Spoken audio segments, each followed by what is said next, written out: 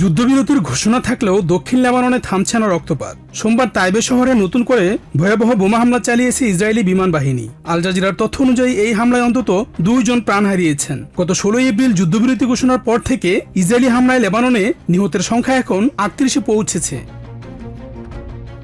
নতুন করে ভয়াবহ হামলার মধ্যেই এদিন দিনভর লেবাননের সীমান্ত জুড়ে ইসরায়েলি বাহিনীর ট্যাঙ্ক চলাচল করতেও দেখা গেছে।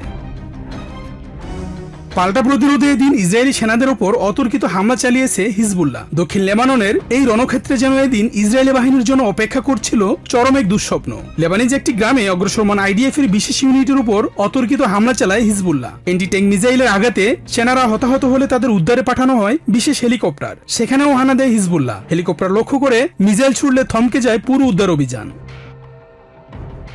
এদিকে হিজবুল্লাহ প্রধান নাঈম কাসেম সাফ জানিয়ে দিয়েছেন তারা মাথা নত করবে না। ইসরায়েলি সেনা প্রত্যাহার এবং আগ্রাসন বন্ধ না হওয়া পর্যন্ত কোনো সরাসরি আলোচনা নয়, বরং লড়াই চালিয়ে যাওয়ার অঙ্গীকার পুনর্ব্যক্ত করেন হিজবুল্লাহ প্রধান। তবে লেবাননের প্রেসিডেন্ট জোসেফ আউন বলছেন ভিন্ন কথা। আমেরিকার মধ্যস্থতায় যুদ্ধবিরতিকেই আলোচনার প্রথম শর্ত হিসেবে দেখছেন তিনি। তার মতে সরাসরি আলোচনার বদলে পরোক্ষ আলোচনা ও অভ্যন্তরীণ সংলাপই এখন সময়ের দাবি। একই সঙ্গে হিজবুল্লাহর এই লড়াইকে পরোক্ষভাবে বিদেশের স্বার্থ রক্ষা হিসেবেও সমালোচনা করেন লেবানিজ প্রেসিডেন্ট। এর আগে লেবানন সীমান্তের বাইরে দক্ষিণ ইসরায়েলের একটি সামরিক ঘাঁটিতেও দুর্ঘটনার কবলে পড়েছে আইডিএফ সেনারা। একটি হামবি ট্যাঙ্ক উল্টে গিয়ে আহত হয়েছেন আরো 4 সেনা, যাদের মধ্যে অন্তত একজনের অবস্থা আশঙ্কাজনক। আগামী অক্টোবরের জাতীয় নির্বাচনকে সামনে রেখে ইসরায়েলের রাজনীতিতে বড় ধরনের পরিবর্তনের আভাস দিয়েছেন 2 সাবেক প্রধানমন্ত্রী।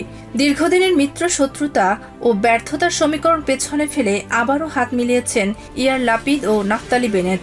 তেল আভিভের উপকণ্ঠে উপকূলীয় শহর হারজলিয়াতে এক মঞ্চে হাজির হয়ে নতুন করে জোটবদ্ধ হওয়াকে দেশপ্রেমিক পদক্ষেপ বলে অভিহিত করেন তারা।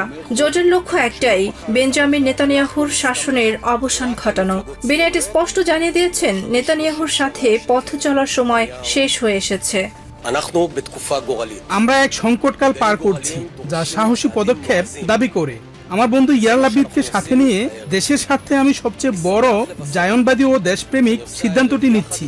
নেতানিয়াহুর দীর্ঘ শাসনের পর এখন সময় এসেছে তাকে বিদায় জানিয়ে দেশের জন্য নতুন এক অধ্যায় শুরু করার। ক্ষমতায় গেলে বেনেটের নেতৃত্বাধীন নতুন সরকার 7ই অক্টোবরের হামাসের হামলার নিরপেক্ষ তদন্ত কমিশন গঠনের প্রতিশ্রুতি দিয়েছে। এছাড়া প্রধানমন্ত্রী পদের মেয়াদ সর্বোচ্চ 8 বছর নির্ধারণ এবং সবার জন্য বাধ্যতামূলক সামরিক চাকরির আইন কার্যকর করার কথা জানান তারা। লাপিদ তার বক্তব্যে ইসরায়েলি নাগরিকদের ঐক্যবদ্ধ হওয়ার ডাক দিয়ে চরমপন্থীদের জোট থেকে দূরে রাখার অঙ্গীকার করেন। আমাদের দেশ এখন নিঃশ্বাস নেয়ার মতো ঐক্য চায়। গণতন্ত্র এবং জায়নবাদী মূল্যবোধে বিশ্বাসী সবার জন্য আমরা এখানে দাঁড়িয়েছি।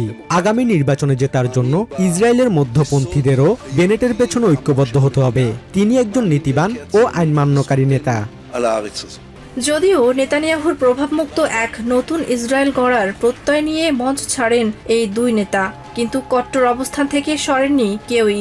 বেনেট সাফ জানিয়েছেন তাদের ভবিষ্যৎ সরকার হবে কেবল জায়নবাদী দলগুলোর সমন্বয়ে, যেখানে আরব দলগুলোর কোনো স্থান থাকবে না। তবে উগ্র চরমপন্থীদের জোটে না নেয়ার প্রতিশ্রুতি স্পষ্ট করেছেন ইয়ার লাপিদ। এর আগে 2021 সালে নেতানিয়াহুর শাসন অবসানের লক্ষ্যে নাফতালি বেনেট ও ইয়ার লাপিদ আরব দলগুলোর সমর্থনে সরকার গঠন করেছিলেন। জোট চুক্তি অনুযায়ী দুজনই প্রধানমন্ত্রীর দায়িত্ব পালন করলেও মেয়াদ পূর্ণ করতে পারেনি বেনেট লাপিদের জোট সরকার। এবারও তারা নেতানিয়াহু বিরোধী জোট করলেও 2 রাষ্ট্র সমাধানের সমর্থক আরব দলগুলোকে বাদ দেয় প্যালেস্টাইনের ভবিষ্যৎ নিয়ে নতুন শঙ্কা তৈরি হবে বলেই ধারণা বিশ্লেষকদের। সাম্প্রতিক সময়ে নেতানিয়াহু বিরোধী জনমতের মুখে বেনেট লাপিদের এই জোট ইসরায়েলের অভ্যন্তরীণ রাজনীতিতে বড় পরিবর্তন আনতে পারে বলে মনে করছেন সংশ্লিষ্টরা। ইরান যুদ্ধের জেরে বিশ্ববাজারে জ্বালানি তেলের দাম বাড়লেও আলবেনিয়া যেন এক রক্ষা কবচ খুঁজে পেয়েছে। দেশটির পার্বত্য অঞ্চলে প্রবাহিত ডরিন নদীর ওপর নির্মিত জলবিদ্যুৎ কেন্দ্রগুলো আলবেনিয়ার মোট বিদ্যুৎ চাহিদার 90% বেশি পূরণ করছে। গত ফেব্রুয়ারির শেষ দিক থেকে যুদ্ধের কারণে সৃষ্ট বৈশ্বিক জ্বালানি সংকটের বড় প্রভাব থেকে এটি দেশটির অর্থনীতিকে রক্ষা করছে। জ্বালানি বিশেষজ্ঞরা মনে করছেন ভবিষ্যৎ জ্বালানি নিরাপত্তার জন্য আলবেনিয়ার এই মডেল সারা বিশ্বের কাছে উদাহরণ হতে পারে। যদিও বাড়তি চাহিদার সময়ে তাদের কিছুটা বিদ্যুৎ আমদানি করতে হয়, তবুও ইউরোপের অন্যান্য দেশের মতো জীবাশ্ম জ্বালানির দামের সরাসরি অস্থিরতার শিকার হচ্ছে না তারা। আমরা 100% নবায়নযোগ্য উৎস থেকে বিদ্যুৎ উৎপাদন করছি, যা মূলত জলবিদ্যুৎ। এটি আমাদের জ্বালানি নিরাপত্তা বাড়াচ্ছে এবং উৎপাদন খরচ কমিয়ে দিচ্ছে। ইরান যুদ্ধের কারণে সারা বিশ্ব যখন উচ্চ মূল্যের চাপে রয়েছে, ঠিক তখন আমরা জলবিদ্যুৎ ব্যবস্থার মাধ্যমে সেই প্রভাব কমিয়ে আনতে সক্ষম হয়েছি।